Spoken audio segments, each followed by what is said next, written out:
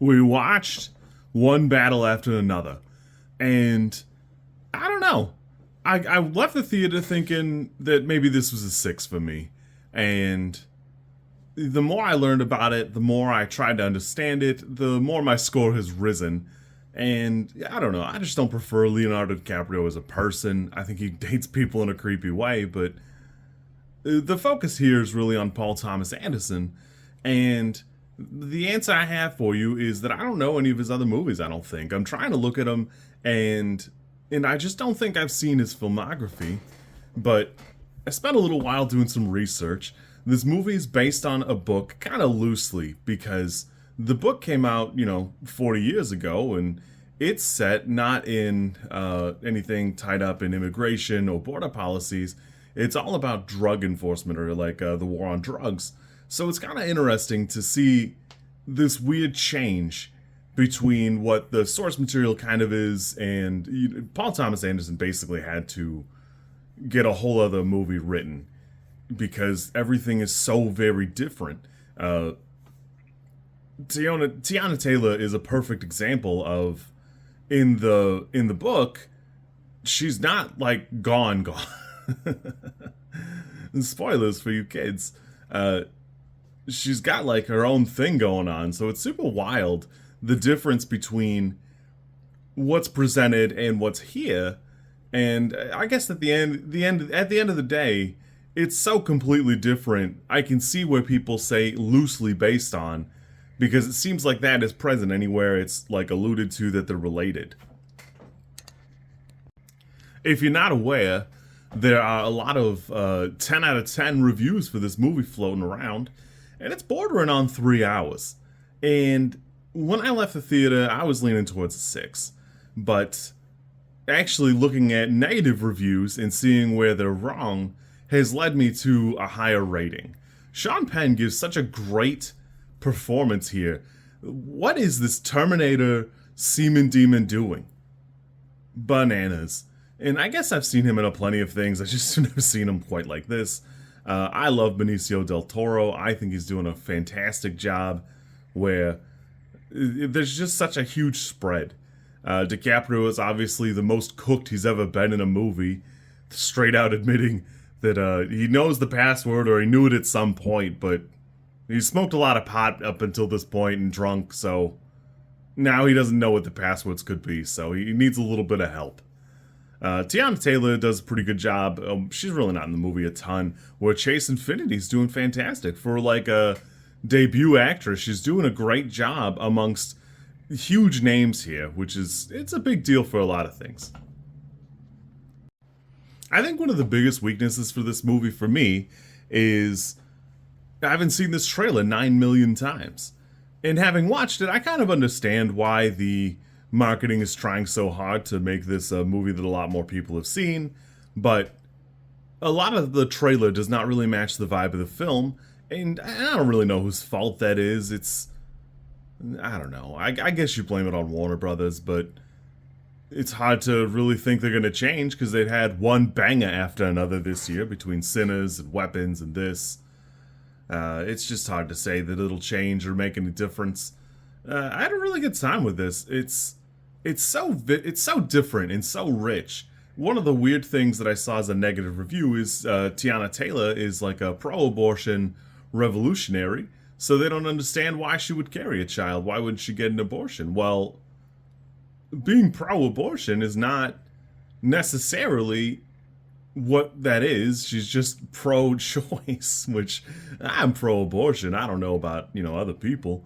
And it's actually perfectly within keeping of her character to be a little bit of a hypocrite, even if that were the case.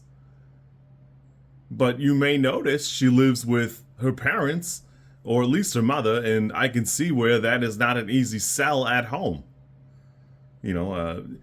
There's a point at which Leonardo DiCaprio is running around with what is basically the Ninja Turtles on rooftops, and it is probably the highlight of the film for me, but only because I turned to my mother and I said, "Hey, and she goes, are those the Ninja Turtles?" And my mother and I are just the same brand of moron is what it is, but it did get a legitimate chuckle out of me because it's a funny bit during which you will also enjoy it, I promise.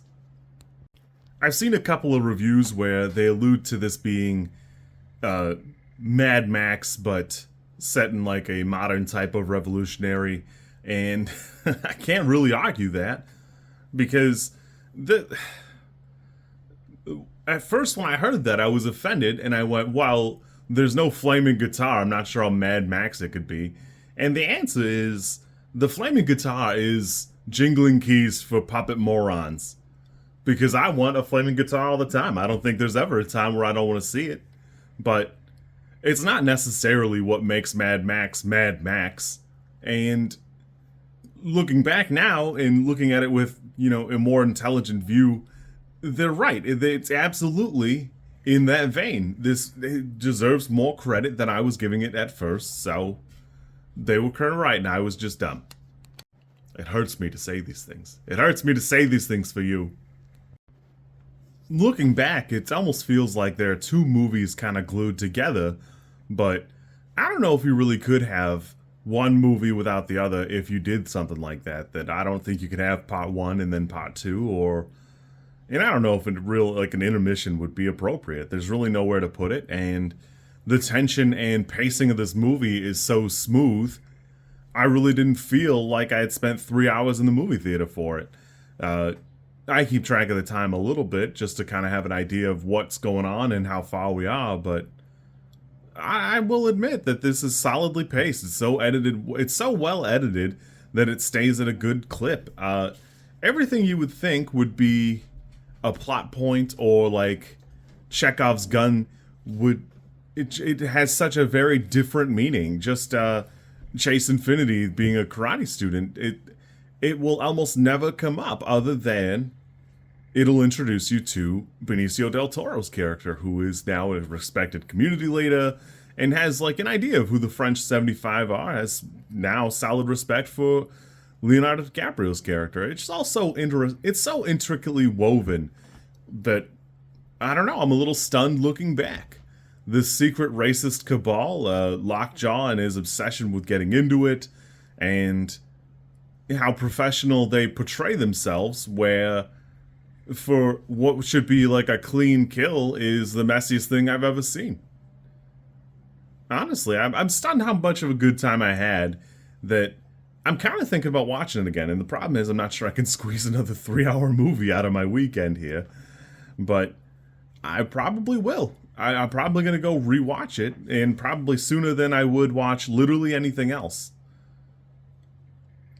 This is probably an 8 or a 9. I can see the high reviews. I understand them, and it's funny because seeing the bad reviews, all it does is show what a good job it really is doing. Like, the hypocritical characters, that's character depth. You just can't appreciate it. I had a good time with this. I really enjoyed this. I guess I set out not to like it quite as much because it's got such hype and people are comparing it to the things around it that, legitimately, I don't think there is another movie to see in theaters at this exact moment that is going to be quite as good as this or have quite the payoff this does. My only real complaints were it felt like Paul Thomas Anderson didn't want to have a conversation in film about Border Patrol, that type of thing, but he very clearly is, and above and beyond that, it's really not what the movie's about. It kind of seemed like it would be focal in the movie, and it makes sense that it's not. I was just being dumb, and I didn't understand the context. So my bad. My only real complaint later on is the letter at the end. I kind of wish was not present, but, it is what it is. I had a good time. You kids be good. I think you'll enjoy this. If you're receptive to it and can spare the time, absolutely go check it out. I think you're gonna like it. I'm gonna go study Paul Thomas Anderson and see if I am uncultured. Uncultured is the term. You kids be good. I will catch you later. If you like this content, I'm supposed to ask you to like, comment, and subscribe. I think like is here, and comment is probably down there, and subscribe over there somewhere too, I think. I don't know how many times this like snippet is gonna make it into a video. Uh, Everybody says you should do it this way, and I always thought it was just like an annoying thing other YouTubers did. And as you know, I am bad at editing, so if you like it, great, I'm happy for you. If you don't like it, I'm sorry.